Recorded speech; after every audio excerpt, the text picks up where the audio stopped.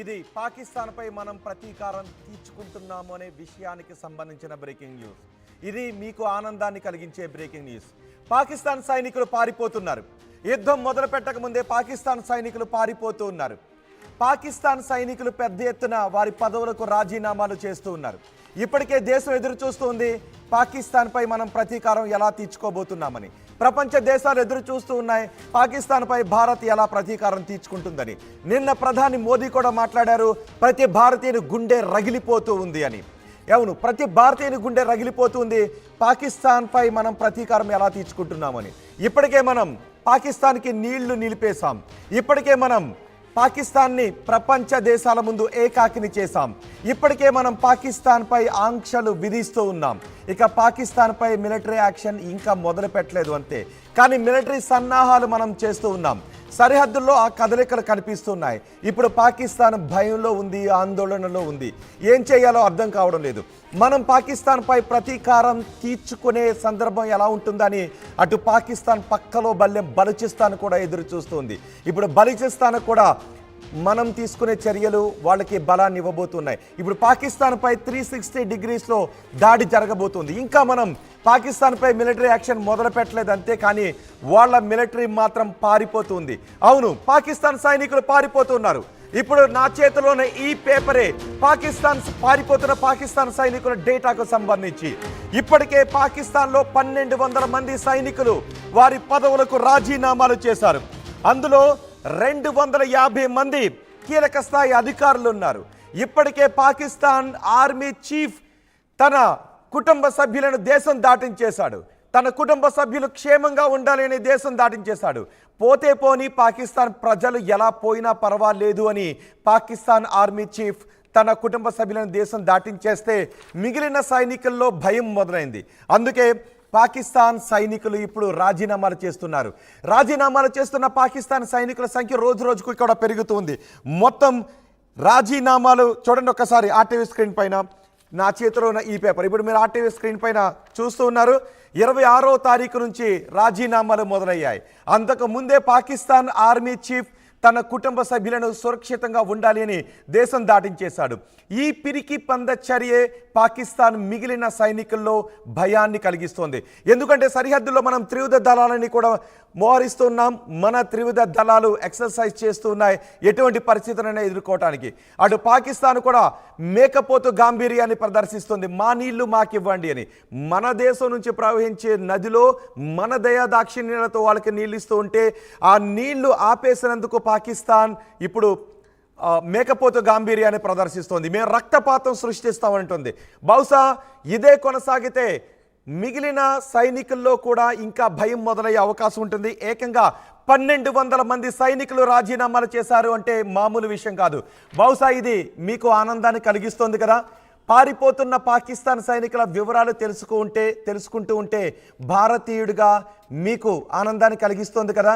పారిపోతున్న పాకిస్తాన్ సైనికుల వివరాలు తెలుసుకునే కొద్దీ మీకేమనిపిస్తోందో మీ అభిప్రాయాన్ని కమెంట్ బాక్స్లో తెలియచేయండి. చూడండి, ఇదేదో మేం చెబుతున్న వార్త మాత్రమే కాదు, ఇది పాకిస్తాన్ సైనికులు రాజీనామాలు చేస్తున్న లేఖ ఇప్పుడు నా చేతిలో ఉంది. మీరు ఆర్టీవీ స్క్రీన్ పైన చూస్తున్నది అదే, నా చేతిలో మీకు చూపిస్తున్నది అదే. ఈ 2 పేజీల లెటర్లో, ఈ 2 పేజీల ప్రకటనలో పారిపోతున్న పాకిస్తాన్ సైనికుల డేటా ఉంది.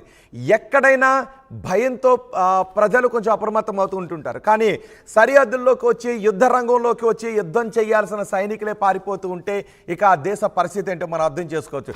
ఇప్పటికే పాకిస్తాన్ అడుక్కు తింటూ ఉంది.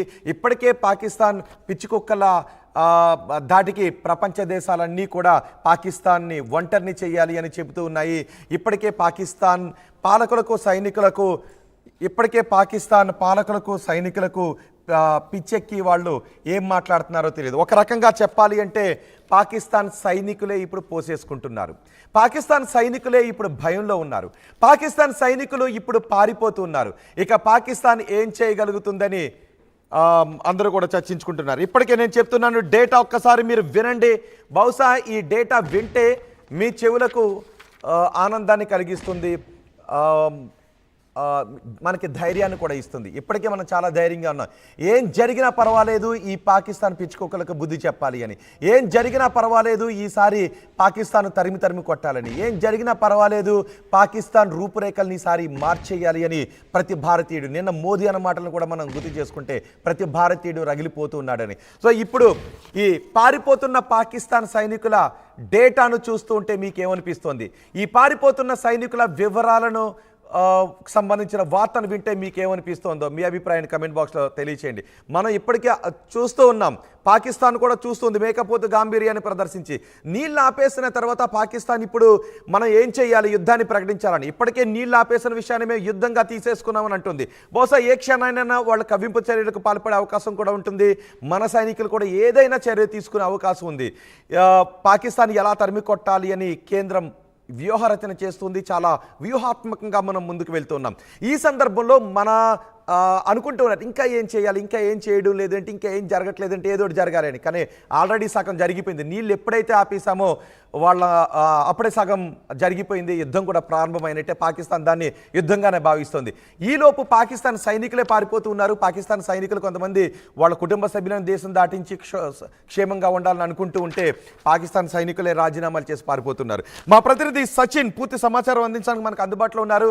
సచిన్, రోజు రోజుకి పారిపోతున్న పాకిస్తాన్ సైనికుల సంఖ్య పెరుగుతుంది. ఇప్పటికే పాకిస్తాన్ సైనికులు 1200 మంది రాజీనామాలు చేసి పారిపోయారు. వీళ్ళ సంఖ్య ఇంకా పెరిగే అవకాశం ఉందా? సంఖ్య పెరగడం మాట పెరిగే అవకాశం ఎక్కువగా ఉండడమే కాదు, అసలు వాళ్ళు ఇంట్రెస్ట్ చూపిస్తారా, అసలు యుద్ధంలో దిగే అవకాశం ఉందా? ఎందుకంటే ఆర్మీ లేకపోతే ఇంకేం యుద్ధం చేస్తుంది పాకిస్తాన్ రోహిత్. ఎందుకంటే ఇప్పటికే ఆ ప్రభావాన్ని చూడడం జరుగుతోంది. దీనికి బెస్ట్ ఎగ్జాంపుల్ ఇటు పాకిస్తాన్ ప్రధాని షహబాజ్ షరీఫ్ మొన్న మీటింగ్ పెట్టాడు. ఈ ఘటన జరిగిన తర్వాత, అది నిన్న కాక మొన్న పెట్టిన మీటింగ్ లో ఆర్మీ చీఫ్ గా చెప్పుకుంటున్న సో కాల్డ్ ఆసిమ్ మునీర్ అనే వ్యక్తి అక్కడ నాకు కనిపించలేదు. సో దట్ ఇట్ సెల్ఫ్ అదే షో చేస్తుంది పాకిస్తాన్ ఆర్మీ ఎంత కేర్లెస్ గా ఉంది అనేది, దాంతో పాటు ఎంత బాధ్యత రాహిత్యంతో ఉంది, అట్ ద సేమ్ టైం ఎంత భయపడిపోతోంది. ఇటు పాక్ ఆర్మీకి సంబంధించిన అధికారుల బాధ్యత రాహిత్యం అక్కడ ప్రస్ఫుటిస్తూ ఉంటే అక్కడ కుటుంబాలు భయపడిపోతున్నాయి. ఎందుకంటే ఆసిమ్ మునీర్కి సంబంధించి మొదటి నుంచి పాకిస్తాన్ లో వ్యతిరేకత ఉంది. ఆ వ్యక్తి మీద ఎక్కడ సదాభిప్రాయం లేదు ప్రజల నుంచి వ్యతిరేకత వ్యక్తమైంది. అందులో మొన్న ఆయన చేసిన చర్యలకే వాళ్ళకి కోపం వచ్చింది. ఎందుకంటే ఎప్పుడో గడిచిపోయిన అంశాన్ని మళ్ళీ తెర మీద తీసుకొచ్చాడు. మతాల పేరును తీసుకొచ్చి రెచ్చగొట్టే ప్రయత్నం చేశాడు. ఆ తర్వాత జరిగిన ఘటనకు సంబంధించి కూడా వాళ్ళకి అక్కడ వ్యతిరేకత వ్యక్తమైంది. సో ఇన్ని ప్రభావాలు అక్కడ ఎప్పుడైతే ప్రజల్లోనే ఇది వ్యక్తమైందో ఆ ఇంపాక్ట్ ఆటోమేటిక్ గా సైన్యం మీద పడింది. ఈ రోజు ఆ ప్రభావమే పాకిస్తాన్ చూస్తోంది. దీనికి బెస్ట్ ఎగ్జాంపుల్, ఎందుకంటే ప్రపంచం మమ్మల్ని పట్టించుకోవట్లేదు, పాకిస్తాన్ ఫిక్స్ అయింది. సో ఇటువంటి సినారియోలోని సాక్షాత్ మన రక్షణ శాఖ మంత్రి చూసాం, ఇంతవరకు దెబ్బతిన్నది మనం. కానీ ఇంతవరకు ఆయన ఎక్కడా బయటకు వచ్చి మీడియాతో మాట్లాడిన సందర్భం లేదు. కేవలం డిఫెన్స్ తోనే. అఫ్ కోర్స్ మనం ఎంత స్ట్రాంగ్ అయినప్పటికీ వ్యూహాల విషయంలో కావచ్చు, లేకపోతే ప్రజల విషయంలో కావచ్చు, ఎటువంటి ఇబ్బందులు తలెత్తకుండా రక్షణ శాఖ మంత్రి రాజ్నాథ్ సింగ్ నిన్న సిడిఎస్ తో భేటీ అయిన సందర్భాన్ని చూసాం. కానీ ఎక్కడ కూడా పాకిస్తాన్ కి సంబంధించి ఇటు రక్షణ శాఖ మంత్రి ఆర్మీ చీఫ్ తో భేటీ అయిన అంశాన్ని ఎక్కడా తెర మీద లేదు. ఇంకొక బెస్ట్ ఎగ్జాంపుల్. ఇది ఇంకా లిస్ట్ కొనసాగే అవకాశం కనిపిస్తోంది. ఎందుకంటే క్వెట్టా బలూచిస్తాన్ కి సంబంధించి ఎప్పుడైతే బలూచిస్తాన్ కూడా నిన్న మొన్నటి నుంచి దాడులు చేస్తోందో క్వెట్టా కేంద్రంగా బలూచిస్తాన్ రాజధానిగా దాన్ని చెప్పుకోవడం జరుగుతోంది. సో అక్కడ రిజిగ్నేషన్స్ ఎక్కువయ్యాయి. ఏకంగా అక్కడ 120 మంది మొత్తంగా మాట్లాడుకునే సందర్భంలో అక్కడ సిచ్యువేషన్ చూసుకుంటే కనుక క్వెట్టాకి సంబంధించి కూడా ఇంపాక్ట్ చూపిస్తోంది. క్వెట్టాలో ఏకంగా 120 మంది అధికారులు, అలాగే 400 మంది సైనికులు అక్కడ రిజిగ్నేషన్స్ ఇచ్చినట్టుగా కొన్ని వార్తా కథనాలు చెప్పడం జరుగుతుంది పాకిస్తాన్ కి సంబంధించి. సో అక్కడ ఇంపాక్ట్ అయితే కనిపిస్తోంది. క్వెట్టాలో బలూచిస్తాన్ కేంద్రంగా, బలూచిస్తాన్ తమ రాజధానిగా